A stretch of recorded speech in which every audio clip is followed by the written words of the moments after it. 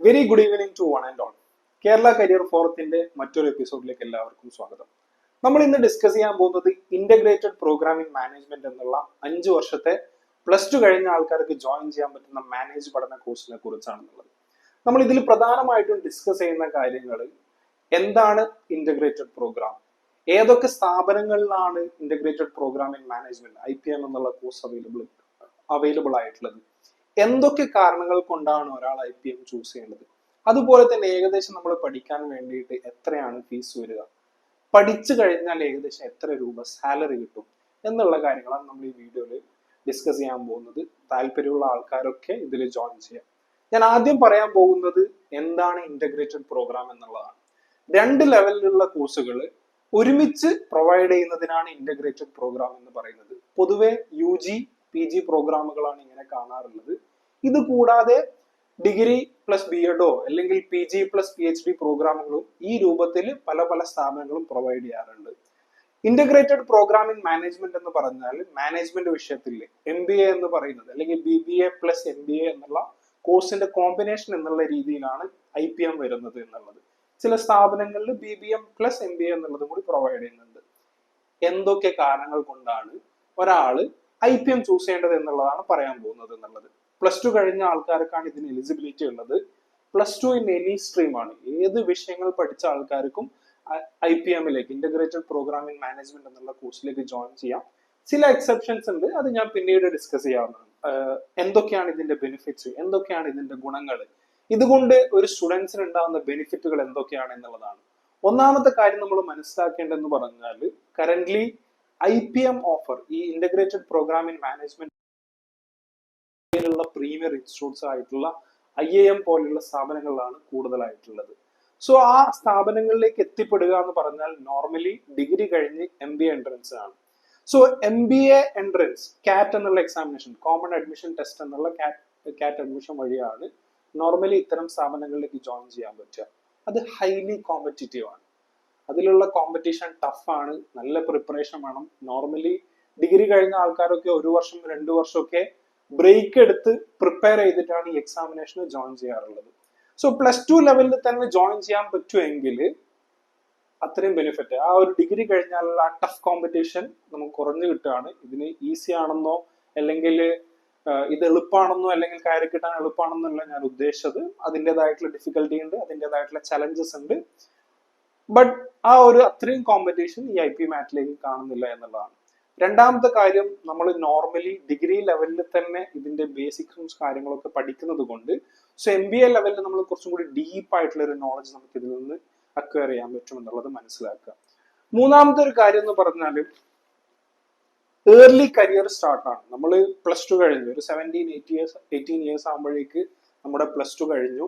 അത് കഴിഞ്ഞ് നമ്മൾ ഇമ്മീഡിയറ്റ്ലി ആ ഒരു വർഷം തന്നെ ഇതിന് ജോയിൻ ചെയ്യുകയാണെങ്കിൽ ഒരു 5 വർഷം, ഒരു 22-23 ഒക്കെ ആവുന്ന സമയത്ത് തന്നെ നമുക്ക് പ്ലേസ്മെന്റ് ആവും. അതുപോലെ തന്നെ നമ്മൾ ഏൺ ചെയ്യാൻ തുടങ്ങും. നമുക്കൊരു ഏർലി കരിയർ സ്റ്റാർട്ട് ചെയ്യാൻ വേണ്ടിയിട്ടുള്ള ഒരു ഹെൽപ്പാണെന്നുള്ളത്. അതുപോലെ തന്നെ ഒരു ഡൈവേഴ്സിഫൈഡ് ആയിട്ടുള്ള ഒരു കരിക്കുലാണ് IPM ഓഫർ ചെയ്യുന്നത്. ഹ്യൂമാനിറ്റീസ്, സോഷ്യൽ സയൻസ്, എക്കണോമിക്സ് വിഷയങ്ങളും അതുകൂടാതെ കോർ മാനേജ്മെന്റ് സബ്ജക്റ്റുകളുമാണ് ഇതിൽ പ്രധാനമായിട്ടുണ്ടാകുന്നത്.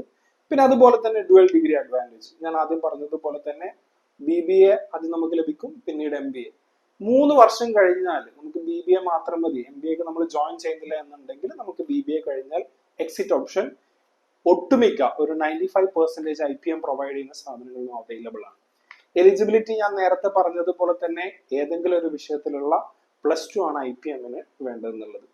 ഒരു എക്സെപ്ഷൻ ഉള്ളതെന്ന് പറഞ്ഞാൽ ഞാൻ പറഞ്ഞു IIM പോലെയുള്ള സ്ഥാപനങ്ങളിലാണ് കൂടുതലായിട്ട് IPM കാണുന്നത്. എന്നാൽ ഒരു IIT-യിൽ ഹിമാചൽ പ്രദേശിലെ മാൻഡി എന്നുള്ള സ്ഥലത്തുള്ള IIT-യിൽ IPM പ്രോഗ്രാം കൊടുക്കുന്നുണ്ട്. അവർ ബിസിനസ് അനാലിറ്റിക്സിലാണ് ഇന്റഗ്രേറ്റഡ് പ്രോഗ്രാമിംഗ് മാനേജ്മെന്റ് കൊടുക്കുന്നത്. അതിന്റെ എലിജിബിലിറ്റി എന്ന് പറഞ്ഞാൽ പ്ലസ് ടു ലെവലിൽ നമ്മൾ സയൻസ് പഠിച്ചിരിക്കണം, അതുപോലെ തന്നെ JEE മെയിൻസ് ക്ലിയർ ആയിരിക്കണം എന്നുള്ളതാണ് ഇതിന്റെ അഡ്മിഷൻ ക്രൈറ്റീരിയ എന്നുള്ളത്. സോ എക്സെപ്റ്റ് ദാറ്റ് നോർമലി IPM-ന്റെ മറ്റെല്ലാ സ്ഥാപനങ്ങളിലേക്കും കൊമേഴ്സ് പഠിച്ചവർക്കും ഹ്യൂമാനിറ്റീസ് പഠിച്ചവർക്കും ഒക്കെ ജോയിൻ ചെയ്യാൻ പറ്റുന്നതാണ്. നെക്സ്റ്റ്, ഏതൊക്കെ സ്ഥാപനങ്ങളിലാണ് IPM എന്നുള്ള കോഴ്സ് അവൈലബിൾ ആയിട്ടുള്ള എന്നുള്ളതാണ്.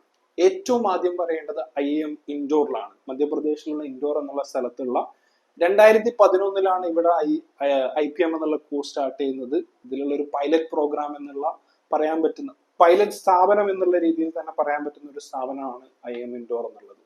ഇതിലേക്കുള്ള എൻട്രൻസ് എന്ന് പറഞ്ഞാൽ IP-MAT എന്നുള്ള എൻട്രൻസ് എക്സാമിനേഷൻ ആണ്. അത് കഴിഞ്ഞാൽ ഇന്റർവ്യൂ ഉണ്ടാവുന്നുള്ളത്. രണ്ടാമെന്നുള്ളത് ഹരിയാനയിലുള്ള IIM റോത്തക്കിലാണ്. റോത്തക്കിലുള്ള എൻട്രൻസ് എന്ന് പറഞ്ഞാൽ അവരുടേതായിട്ടുള്ള എൻട്രൻസ് സ്കീം വഴിയാണ് അവർ എൻട്രൻസ് നടത്തുന്നത് എന്നുള്ളത്. മൂന്നാമത്തെ IIM റാഞ്ചിയിലാണ്. ജാർഖണ്ഡിലുള്ള റാഞ്ചി എന്നുള്ള സ്ഥലത്തുള്ള IIM-ലാണ് മറ്റൊരു IPM പ്രോഗ്രാം ഉള്ളത്. ഇതിന്റെ എൻട്രൻസ് പ്രൊസീജിയർ എങ്ങനെയാണെന്ന് പറഞ്ഞാൽ IIM ഇൻഡോർ നടത്തുന്ന സെയിം അഡ്മിഷൻ ടെസ്റ്റിന്റെ സ്കോർ പരിഗണിച്ചിട്ടാണ് IIM റാഞ്ചിയും അവർക്ക് അഡ്മിഷൻസും കാര്യങ്ങളും കൊടുക്കുന്നത്. നെക്സ്റ്റ് IIM ബോധ്ഗയ, അതുപോലെ തന്നെ IIM ജമ്മു. ഇത് രണ്ടും ഞാൻ കമ്പൈൻ ചെയ്ത് പറയാം. കാരണം എന്താണെന്ന് വെച്ചാൽ ഇവരുടെ അഡ്മിഷൻ എങ്ങനെയാണ് നടക്കുന്നത് പറഞ്ഞാൽ ഇവർ രണ്ടും ഒരുമിച്ച് NTI വഴി ഒരു JIPMAT എന്നുള്ള ഒരു examination, joint integrated programming management admission test എന്നുള്ള NTA നടത്തുന്ന ഒരു കമ്പ്യൂട്ടർ ബേസ്ഡ് ടെസ്റ്റ് വഴിയാണ് ഇവരുടെ എൻട്രൻസ് പ്രൊവൈഡ് ചെയ്യുന്നുള്ളത്. ബോധ്ഗയ എന്ന് പറഞ്ഞാൽ IIM ബോധ്ഗയ ബീഹാറിലുള്ള സ്ഥലമാണ്. ആ പേര് സൂചിപ്പിക്കുന്നത് ശ്രീബുദ്ധന്റെമായിട്ട് ബന്ധപ്പെട്ടിട്ടുള്ള ഒരു ഐതിഹ്യം അതിന്റെ പിന്നിലുണ്ട്. താല്പര്യമുള്ള ആൾക്കാർക്ക് അത് സെർച്ച് ചെയ്യാവുന്നതാണ്. ജമ്മു ആൻഡ് കാശ്മീരിലുള്ളതാണ് എന്നുള്ളത്.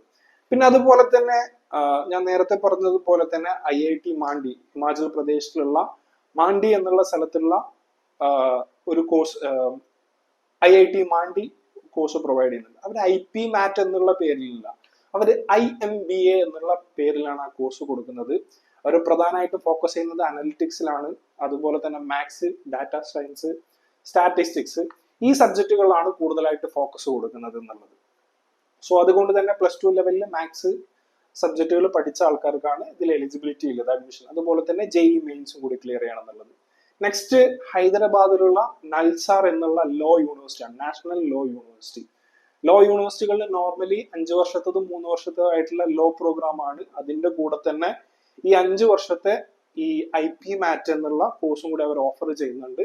ബിസിനസ് മാനേജ്മെന്റ് പ്ലസ് ലോ എന്നുള്ളതിന്റെ ഒരു കോമ്പിനേഷൻ ആണ്. ആ ഒരു യുണീക്നെസ് ആണ് ഈ ഒരു സ്ഥാപനത്തിന്റെ ഒരു പ്രത്യേകത എന്ന് പറഞ്ഞാൽ. ഇത് കൂടാതെ വേറെയും ഒരുപാട് സ്ഥാപനങ്ങൾ, ഇപ്പൊ ആന്ധ്ര യൂണിവേഴ്സിറ്റിയിലുണ്ട്, നർസി മോഞ്ചി യൂണിവേഴ്സിറ്റി, മുംബൈയിലുള്ള നർസി മോഞ്ചി യൂണിവേഴ്സിറ്റിയിൽ IP-MAT പ്രൊവൈഡ് ചെയ്യുന്നുണ്ട്. അങ്ങനെ ഒരുപാട് സ്ഥലങ്ങളിൽ IP-MAT പ്രൊവൈഡ് ചെയ്യുന്നുണ്ട്. സോ ഒരു +2 കഴിഞ്ഞ ഒരു സ്റ്റുഡന്റിന് ഇതിൽ ജോയിൻ ചെയ്യുക വർത്ത് ആണോ, ഇതിന് ഈ ഒരു എഫേർട്ട് എടുക്കുന്നത് നല്ലതാണോ എന്നുള്ളതാണ് നെക്സ്റ്റ് ചോദ്യം. അതിനു മുമ്പ് ഇതിന്റെ ഫീസ് കാര്യങ്ങളൊക്കെ ഞാൻ പറയാന്നുള്ളത്. ഏകദേശം ഈ ഒരു ഫീസ് വരുന്നത് പല പല സ്ഥാപനങ്ങളിലായിട്ട് 15 ലക്ഷത്തിന്റെയും 35 ലക്ഷത്തിന്റെയും ഇടയിലായിട്ടാണ് ഫീസ് വരിക. ചില സ്ഥാപനങ്ങളിൽ 5 വർഷത്തെ ഫീസാണ് പറയുന്നത്. 5 വർഷത്തേക്ക് 30 to 35 lakhs വരുന്ന ചില സ്ഥാപനങ്ങളുണ്ട്.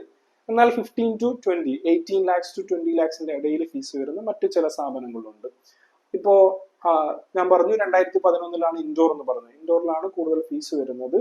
അതുപോലെ തന്നെ കുറഞ്ഞ ഫീസുള്ള മറ്റ് IIM-കളുണ്ട്. ഇത് വേർത്ത് ആണോ എന്ന് ചോദിച്ചാലും ഇതിന്റെ പ്ലേസ്മെന്റ് ഹിസ്റ്ററി നോക്കുകയാണെന്ന സമയത്ത്, അല്ലെങ്കിൽ സ്റ്റാർട്ടിംഗ് സാലറി, ഇവിടെ പഠിച്ചിറങ്ങുന്ന ഒരു സ്റ്റാർട്ടിംഗ് സാലറി എന്ന് പറഞ്ഞാൽ ഏകദേശം 12 മുതൽ 25 ലക്ഷം വരെയാണ്. ചില സ്ഥാപനങ്ങളിൽ സ്റ്റാർട്ടിംഗ് ആവറേജ് സാലറിയാണ് പറയുന്നത് 12 ലക്ഷം മുതൽ വരുന്നത്.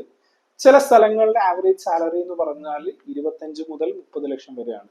ഹയസ്റ്റ് സാലറി IIM ഇൻഡോറിന്റെ കേസിൽ ഹയസ്റ്റ് സാലറി 80 lakhs വരെ പോയ കേസുകൾ ഉണ്ടായിട്ടുണ്ട് എന്നുള്ളത് മനസ്സിലാക്കുക. ഈ സാലറി റേഞ്ച് പറയുന്നത് ഒരു വർഷത്തെ സാലറിയാണ്. അതായത് ഒരു വർഷത്തേക്ക് 25 ലക്ഷം രൂപ കിട്ടുക എന്നുള്ളതാണ്. ഓൾമോസ്റ്റ് മന്ത്ലി 2 lakhs മുകളിലായിട്ടാണ് ഒരു എമൗണ്ട് വരിക. 80 lakhs എന്നൊക്കെ പറയുമ്പോൾ വലിയൊരു എമൗണ്ട് ആണ് അതിന്റെ പിന്നിൽ വരുന്നത്. സോ നിങ്ങളൊരു സ്കിൽഫുൾ ആയിട്ടുള്ള ഒരാളാണ്, അല്ലെങ്കിൽ മാനേജ്മെന്റ് സബ്ജക്റ്റുകളോട് താല്പര്യമുള്ള ഒരാളാണെങ്കിൽ തീർച്ചയായിട്ടും നിങ്ങൾക്കുള്ള ഒരു ബെസ്റ്റ് ഓപ്ഷൻ ആണ് IP-MAT എന്ന് പറയുന്നത്. അതുപോലെ തന്നെ കരിയർ സംബന്ധമായിട്ടുള്ള നിങ്ങൾക്ക് എന്ത് ഡൗട്ട് ഉണ്ടെങ്കിലും ഈ വീഡിയോന്റെ താഴെ കേരള കരിയർ ഫോറത്തിന്റെ വീഡിയോസിന്റെ നിങ്ങളുടെ സംശയങ്ങൾ ചോദിക്കുകയാണെങ്കിൽ അത് ക്ലിയർ ചെയ്യാൻ വേണ്ടിയിട്ടുള്ള ആൾക്കാരുണ്ട്. നിങ്ങളുടെ ഡൗട്ടുകൾ ക്ലിയർ ചെയ്ത് തരാൻ കൗൺസിലേഴ്സും കാര്യങ്ങളൊക്കെ ഉണ്ട്. അത് മാത്രമല്ല ഞങ്ങളുടെ ഒരു വാട്സപ്പ് കമ്മ്യൂണിറ്റി ഉണ്ട്, കരിയർ പീഡിയ. കരിയർ സംബന്ധമായിട്ടുള്ള സംശയങ്ങളും ഡിസ്കഷൻസും ഫോറംസും കാര്യങ്ങളൊക്കെ നടക്കുന്ന ഒരു ആക്റ്റീവ് ഫോറാണ്, ഒരു ആക്റ്റീവ് കമ്മ്യൂണിറ്റിയാണ് കരിയർ പീഡിയ എന്ന് പറയുന്നത്. താല്പര്യമുള്ള ആൾക്കാർക്ക് ജോയിൻ ചെയ്യാൻ വേണ്ടിയിട്ട് അതിന്റെ ലിങ്ക് ഞാൻ താഴെ കൊടുക്കുന്നുണ്ട്. നിങ്ങളുടെ കരിയറിന് വേണ്ടിയിട്ട്, നിങ്ങളുടെ ബ്രൈറ്റ് ആയിട്ടുള്ള ഒരു ഫ്യൂച്ചറിന് വേണ്ടിയിട്ട് എല്ലാവിധ ആശംസകളും നേരുന്നു. Wishing you all the very best.